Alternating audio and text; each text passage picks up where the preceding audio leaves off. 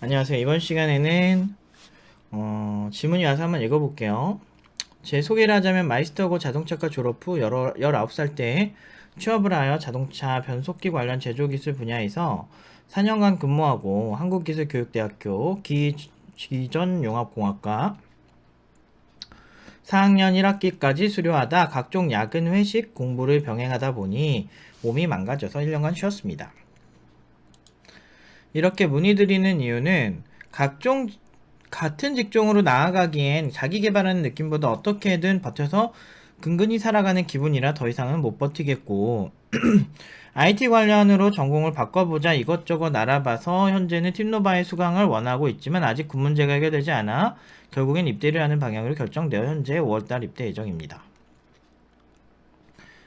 이 상황에서 군복무 중에 학점 은행제로 컴퓨터공학으로 학위 취득 후 관련 자격증, 정보처리 기사 등등을 취득하는 게 현재 목표로 잡았는데 제가 생각하기엔 그저 작은 기초 스펙만을 쌓는 것 같고 현업에 필요한 실무는 공부하지 않는 것이 불안합니다.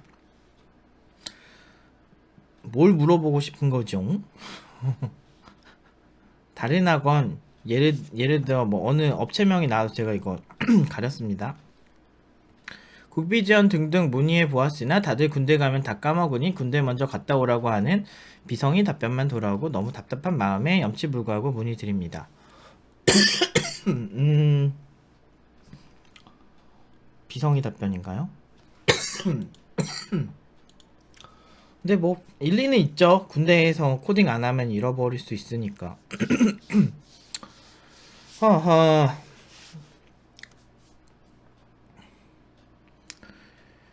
컴퓨터공학으로 학위 취득하는 건 나쁘진 않은 것 같아요. 이왕이면은 학위가 있는 게 좋긴 하니까. 근데 뭐 그것보다 더 중요한 거는 이제 개발 자체를 잘한다는 게 중요한 거지. 관련 자격 정보 처리 기사를 따는 것도 나쁘진 않은데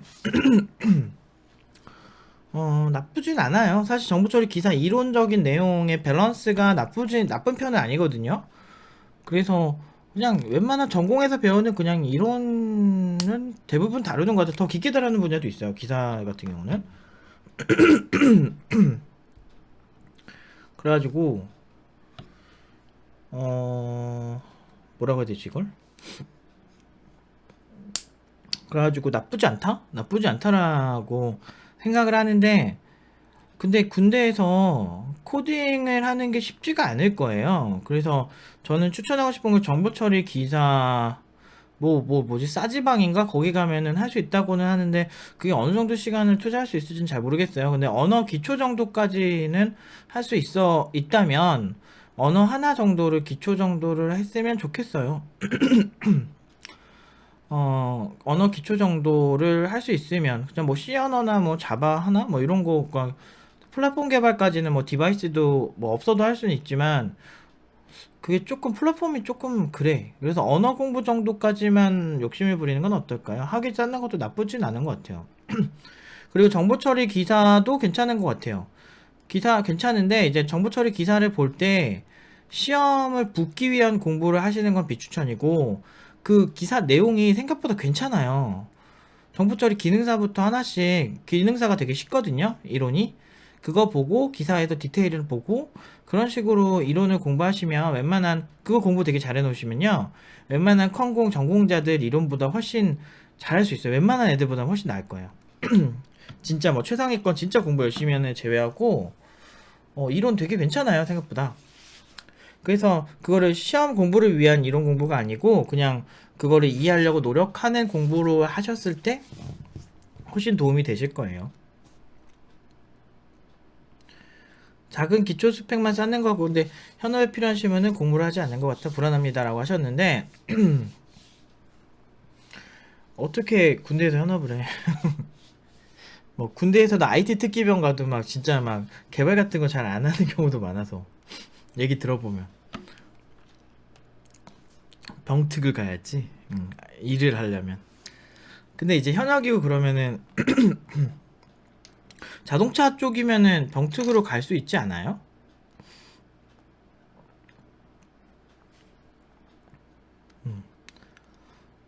그럴 수 있을 것 같은데 병특으로.